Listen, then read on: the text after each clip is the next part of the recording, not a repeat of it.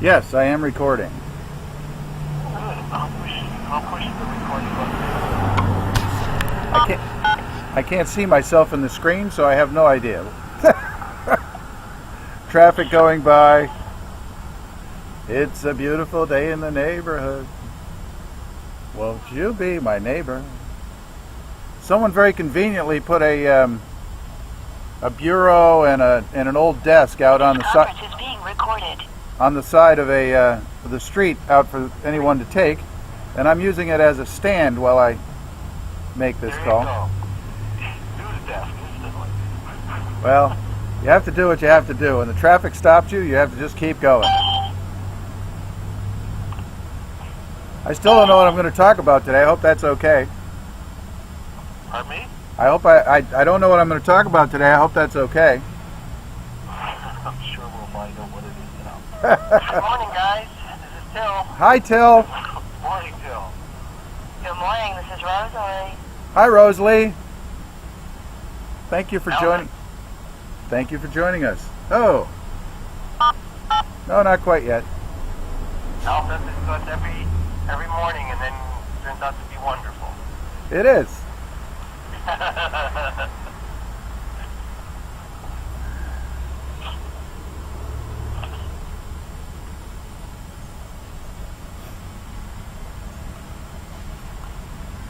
just want you to know somebody delivered a yacht to my house this morning.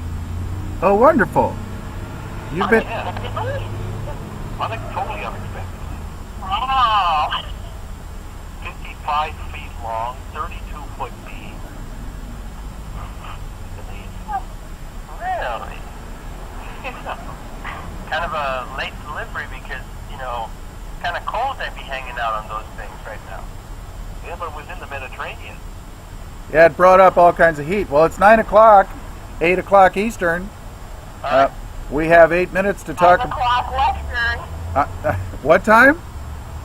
5 o'clock. Oh, thank you so much for getting up. I'm just so appreciative of having the energy on the phone. You have no idea how much I appreciate the few people who really come out and join us and bring their energy to the phone call, because we're all connected energetically anyway. However, having us coming through the phone lines just makes us even that much more close somehow, I feel, and I'm grateful.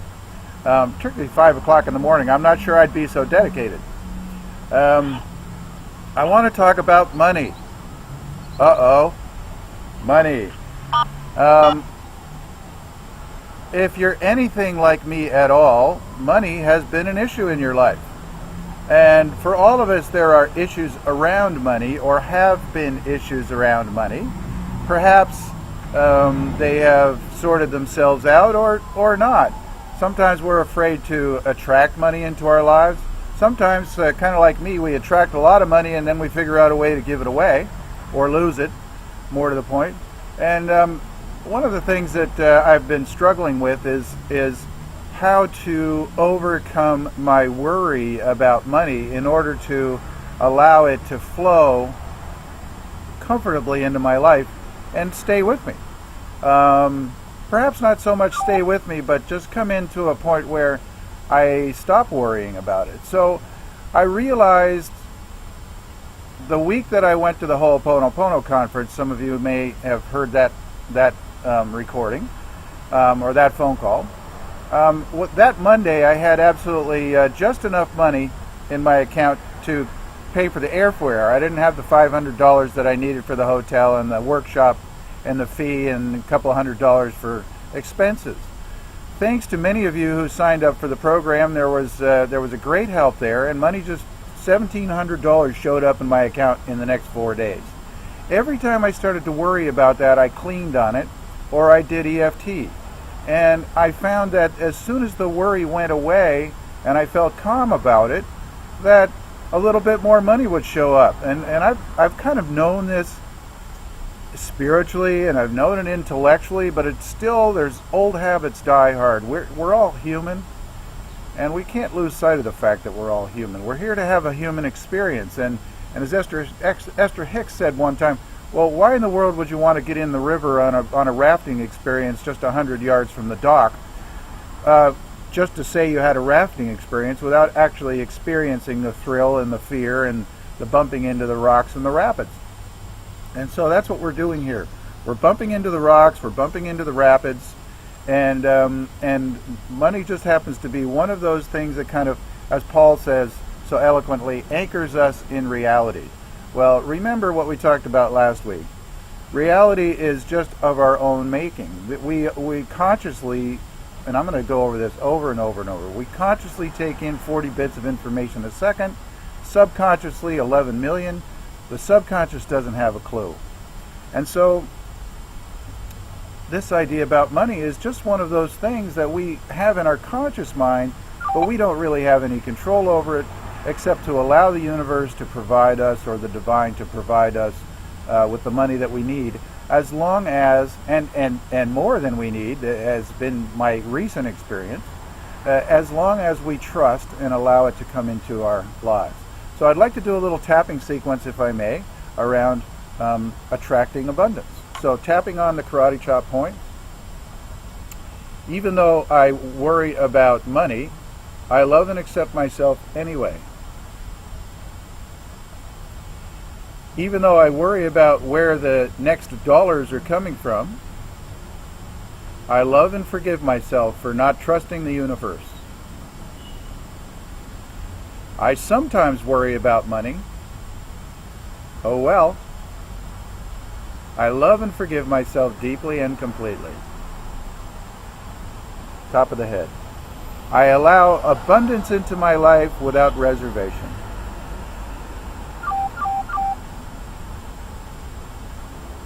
I allow abundance into my life without reservation. I allow, on the side of the I allow abundance into my life without reservation. I am filled with peace and joy. I am comfortable that the universe will provide more than I ever will need. Under the eye. Under the nose. I am comfortable that the universe will provide more than I'll ever need. And I love and forgive myself. On the chin. I love you. On the collarbone. I'm sorry. Please forgive me. Under the arm. And thank you.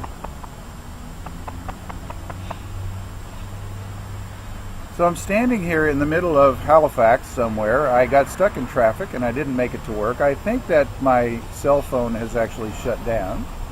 And you will have to get the rest of my part of this call from the video. I'm hoping that Till or Paul has taken up the rest of it. Paul has been so eloquent in talking to me about money. It's another lovely day here in Halifax.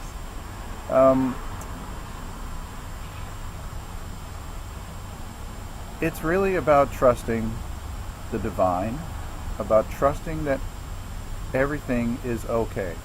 We're working hard.